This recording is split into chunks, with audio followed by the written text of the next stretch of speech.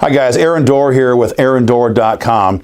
As you get involved in politics for the first time, or perhaps you're getting serious for the first time as an organization, once you've chosen the issue you intend to fight on in the upcoming legislative session, your next big challenge is to figure out who your friends are, what your chances are of actually passing this bill this session. We all know activists who operate solely on emotion and passion, and they're very excited, and they run at a frenzied pace, and they just kind of charge pell-mell into the State House, having no real plan, having no idea what their objectives actually are for the session. And usually, in my experience, having done this now for just about 10 years, those people will crash and burn, usually in about one long session, maybe two if they're extremely lucky. So for you and I to be successful in the public policy area, we have to start out with figuring out who our friends are, what our chances are of passing a bill in the upcoming legislative session. To do that, we're going to discuss today the 5-column analysis. This is how you're going to break down your entire General Assembly, both chambers of your State House, and figure out who's good, who's bad, and who's ugly.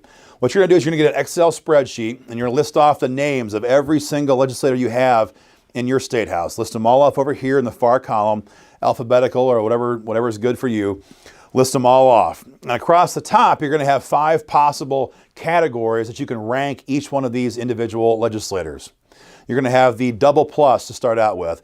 This is reserved for the best of the best. Double plus are those guys who have bled with you in political combat before. It's your bill sponsor. It's folks who have fought leadership on your behalf, perhaps, if you have a GOP-dominated State House.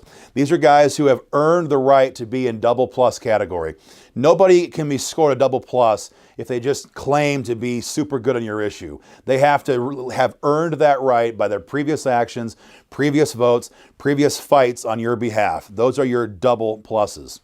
In my experience, in most cases, you're going to have a very, very small number of people in this category. This is so, for example, in my State House of Iowa, I would say with a 100-member legislature, I'm lucky to have maybe 2 people who I could call double pluses on my issue in the Iowa State House. Maybe 2. If you say that you've got 6 or 8 or 9 people in double plus territory, you're either A, lying, B, brand new at this and unsure of yourself, or C, you live in heaven and I want to move where you live, so please contact me. Very, very rare to have double pluses. Number 2 is going to be single pluses. We call them fair weather friends for a reason. These folks will back your issue if it has the blessings of leadership. They'll back your bill on the floor if it gets to the floor for an actual floor vote.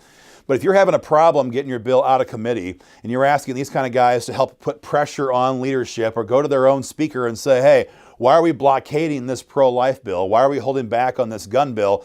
They will never rock the boat for your issue. They're much more afraid of their leadership and being denied re-election funds by them, and they're willing to take a stand for your issue.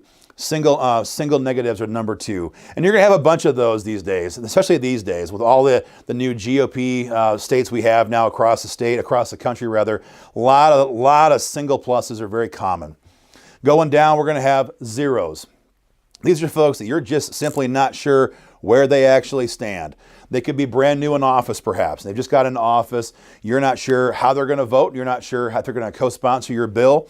Or perhaps you're brand new at politics. This is your first time getting involved in doing a 5-column. So you're just not sure who's good, who's bad, and who's ugly.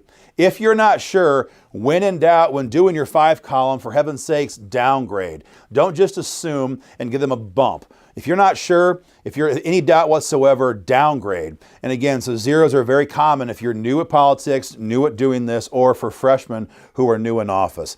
Those are your zeros, the unknowns.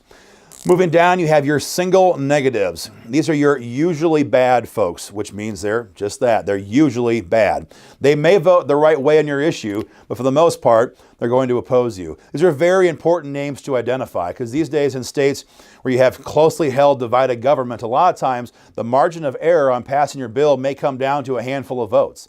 That may consist of you having to drag usually bads over into your positive territory. So usually bads are very important to identify.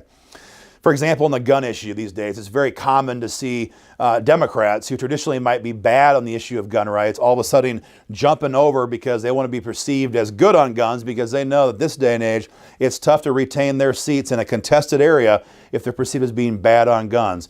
when there's active organizations out there trying to expose them. These are your single negatives. Last but not least is your double negatives. These are folks who are the worst of the worst. These people who are always can be guaranteed and counted on to oppose you and your issue at every step in the process. Think Dianne Feinstein on a pro-gun bill, right? Like, I absolutely guaranteed, no matter what you and I do in her district, always going to oppose the Second Amendment. The worst of the worst. And so again, taking Iowa as a snapshot, the Iowa House, a 100-member legislature, this is a kind of a standard count for you when you first get going in politics. Two double pluses, 20 single pluses, 41 zeros, the unknown, 18 single negatives, or usually bad, and 9 double negatives, the worst of the worst. That's pretty normal when you first get going in politics. However, with time, your job is to identify exactly who these zeros are, figure out where they are in your issue rather, and move them either to the right or to the left on your political spectrum. So we don't want to see unknowns here. We want as few unknowns as possible in this category. Some folks whine and moan and opine. The problem with politics today is everybody is divided. It's so polarized. There's no middle ground. Well, guess what? We don't want middle ground in politics. We don't like unknowns. We don't like surprises. These guys could break right, or they could break left. We don't know how they're going to break because we haven't figured it out yet. So over time, after you force votes on your bill, after you make a co-sponsor push on your bill, you're going to find out, hey, are they our friends or not? And you can rank them accordingly. So over time, your goal would be to have as few numbers as possible here, preferably 0, more numbers over here, and more numbers over there. So we know exactly who our friends are and who our enemies are. And that's how you do your 5 column for your General Assembly.